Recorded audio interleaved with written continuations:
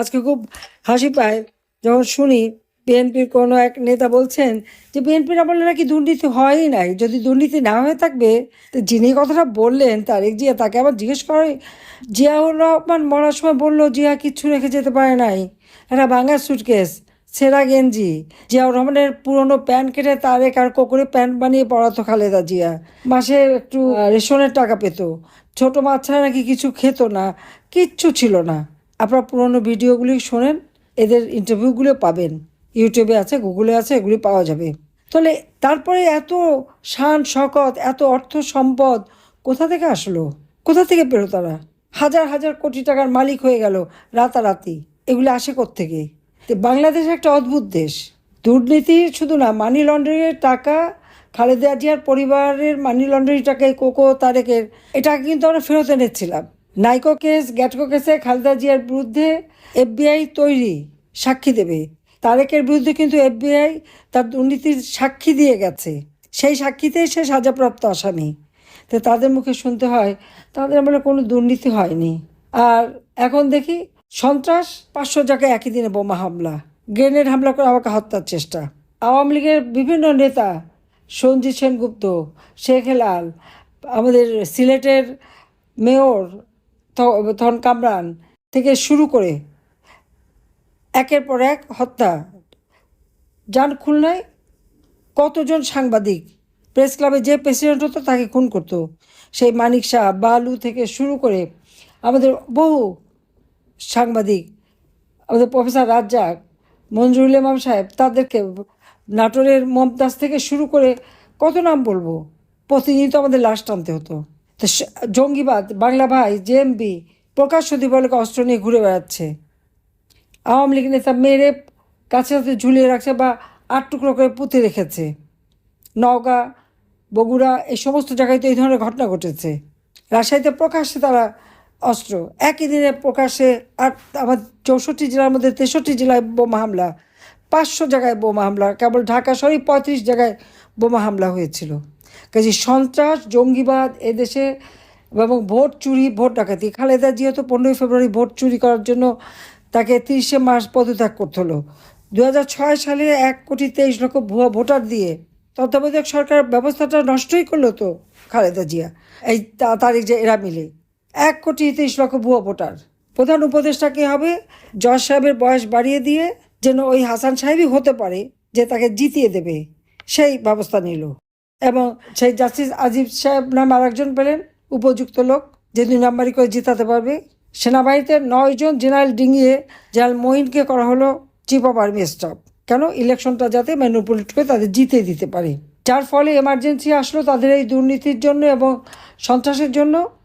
যা তার প্রথম আমি জেলে গেলাম, আমাকে আগে গ্রেপ্তার করে, কারণ বাংলাদেশের সবচেয়ে বড় অপরাধী তো আমরা, কারণ বাংলাদেশের স্বাধীনতা এনে দিয়েছেন আমার বাবা। 1996 থেকে আমি 2001 পর্যন্ত ক্ষমতা থেকে বাংলাদেশকে খাদ্যের স্বয়ংসম্পূর্ণ করেছি, বিদ্যুৎ বাড়িয়েছি, শিক্ষার হার বাড়িয়েছি, স্বাস্থ্যসেবা জনগণের দৌড় করে নিয়ে গেছি, ভূমিহীন মানুষকে ঘর দিতে শুরু করেছি। কাজে খুব বড় অপরাধের কাজ করেছি আমি। সে কেয়ারটেকার সরকার এসে আমাকেই প্রথম অ্যারেস্ট, আমার বিরুদ্ধে খালেদা জিয়া 12টা মামলা দিয়েছিল, আর তারা সেই সাথে আরও কতগুলি মামলা দিল। যাই হোক, আমি সেটা বলতে চাই না যে যারা অপকর্ম করে যে এখন তারা বড় লম্বা লম্বা কথা বলে। আর আজকে ডক্টর মোহাম্মদ ইউনূস ক্ষমতায়, অনেকে ভেবেছিলেন ডক্টর মোহাম্মদ ইউনূস আসলে দেশের শান্তি, দেশের মানুষের উন্নতি, একেবারে মানুষ যেন সুখের স্বপ্ন দেখতে শুরু করেছিল। কোথায় গেল সেই সুখ?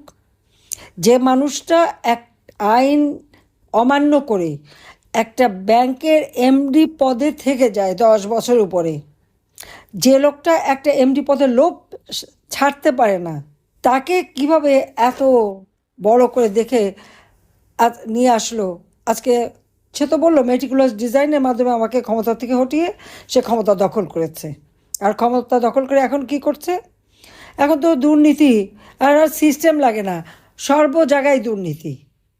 আর টাকা ছাড়া, চাঁদা ছাড়া কেউ কোনো কাজ করতে পারবে না। এখন ভিক্ষুকের ভিক্ষার টাকাও ছিনতাই হয়, দিনমজুরের টাকাও ছিনতাই হয়। এ হলো বাংলাদেশের বর্তমান অবস্থা। এই অবস্থার মধ্যে দিয়েই তো দেশ চলছে। আজকে আওয়ামী লীগকে ব্যান করে দিচ্ছে, আওয়ামী লীগের কার্যক্রম বন্ধ, আর ছাত্রলীগ সব বন্ধ। স্বাধীনতা বিরোধী, জঙ্গি সন্ত্রাসী সব একসাথ। তার মানে কি, আজকে যখন হলি আর্টিজানের জঙ্গিদের ছেড়ে দেওয়া হয়, আজকে যখন 21 আগস্ট গ্রেনেড হামলার যারা মানে সাজাপ্রাপ্ত আসামি তাদের ছাড়ে, বিডিআর অভ্যুত্থানে যারা আসামি তাদের ছেড়ে দেয়, তাতে একথা কি সকলের মনে হয় না যে সমস্ত ঘটনার পিছনে ডক্টর মোহাম্মদ ইউনূসেরও হাত ছিল?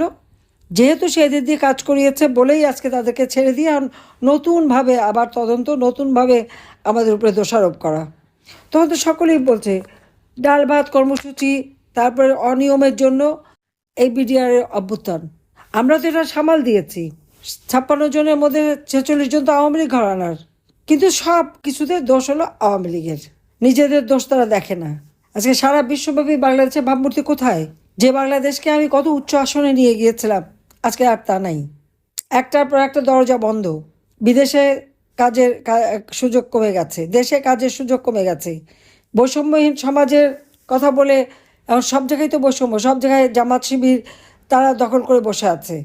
সব শিক্ষা প্রতিষ্ঠান থেকে শুরু করে যত প্রতিষ্ঠান আছে। আর বিএনপি আছে লুটপাট।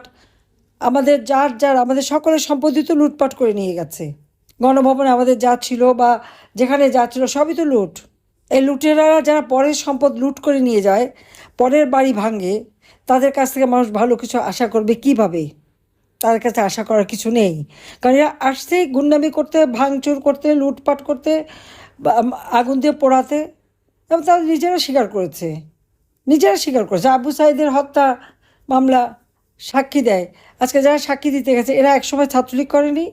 সে সময় যতগুলো অপকর্ম তো এদের দ্বারা সংগঠিত হয়েছে। এবার এরা ছাত্রলীগের নামে ঢুকে সেখানে বসে, তাও তো পরে পয়সা খেয়ে চলে গেছে, কিন্তু থেকে গেছে ওখানে যত অপকর্মগুলি করে বদনামটা ছাত্রলীগের কাঁধে রেখে তারা নিজেরা এখন সাধু সেজে গেছে। আমি যদি বলি যে আবু সাইদের হত্যা থেকে শুরু সব হত্যার সঙ্গে এই ইউনূসের এই এনসিপি পার্টির লিডাররা এরাই দায়ী, তখন হলে 7.62 বুলেট কোথায় পেল? এই অস্ত্র কে আনলো? আমি যদি বলি ইউনূস এই অস্ত্র সরবরাহকারী না হলে 6,000 টাকা বেতনের গ্রামীণ ব্যাংকের এমডি সাহেবের 5,000 কোটি টাকার ফিক্সড ডিপোজিট হয় কিভাবে? আর প্যারিস, ইটালি, আমেরিকা সহ বিশ্বের বিভিন্ন জায়গায় তার সম্পদের পাহাড় গড়ে ওঠে কীভাবে? কোন ব্যবসায় এত টাকা পাওয়া যায় সেটা একবার সবাই চিন্তা করে দেখুন তো। আমি আর বেশি কিছু না বলে এটাই বলবো যে আওয়ামী লীগ জনগণের সংগঠন। আওয়ামী লীগ এদেশের স্বাধীনতা এনে দিয়েছে।